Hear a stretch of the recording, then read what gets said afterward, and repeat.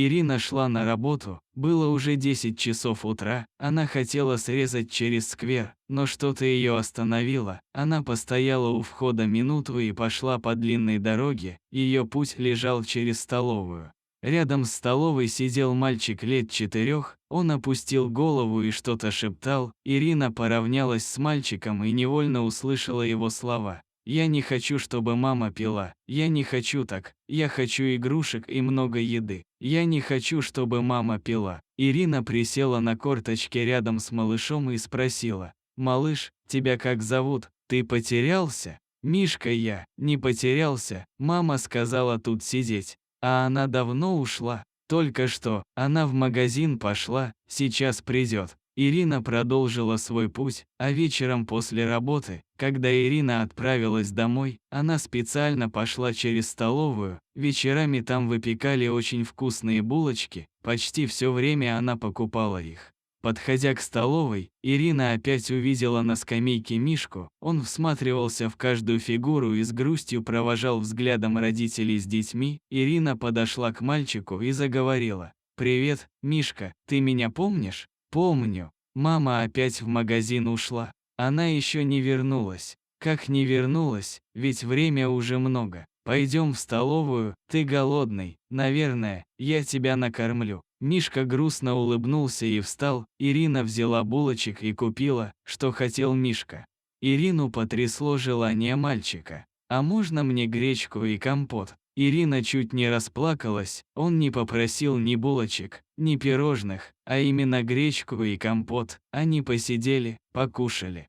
Мишка рассказал про себя, ему 5 лет, но он рассуждает уже как взрослый, он живет в маленькой комнатке с мамой, которая постоянно выпивает и водит мужчин. Мишка никому не нужен, утром он уходит на рынок и приходит только вечером, там есть добрые тетки, они его подкармливают, а он в свою очередь помогает им перебирать фрукты и овощи. Ирина отправилась в отдел полиции к мужу Николаю.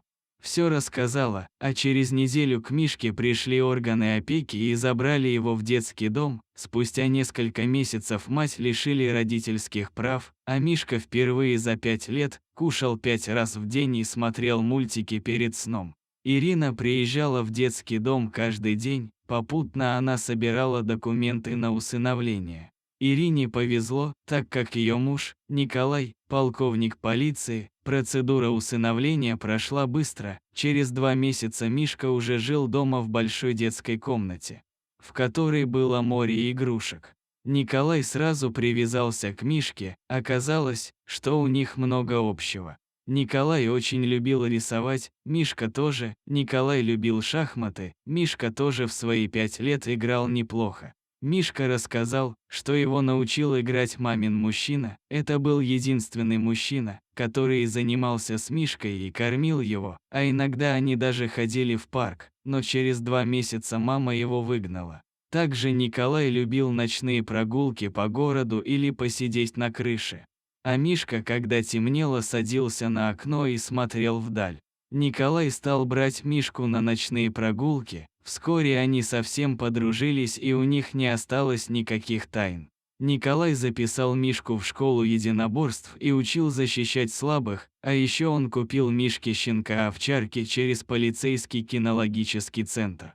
Ирина не могла нарадоваться на своих мужчин, а вскоре она узнала, что беременна.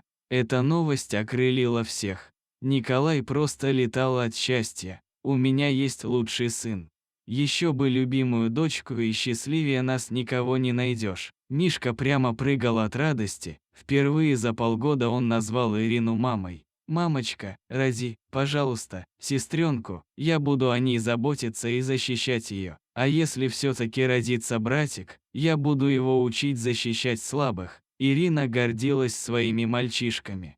Беременность прошла не очень спокойно, в положенный срок родилась здоровенькая девочка Соня. Мишка сам выбирал имя, он даже специально научился читать, чтобы найти самое красивое имя для сестренки. Шло время, Мишка действительно заботился о сестренке. Он кормил ее, даже купал, если мама разрешала. Малышка подросла, ей исполнился годик, и они решили отпраздновать его в парке развлечений.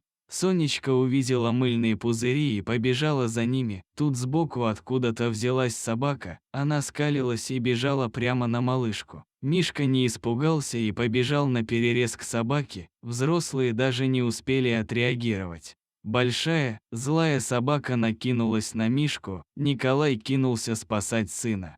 А Ирина бросилась к малышке и схватила ее на руки.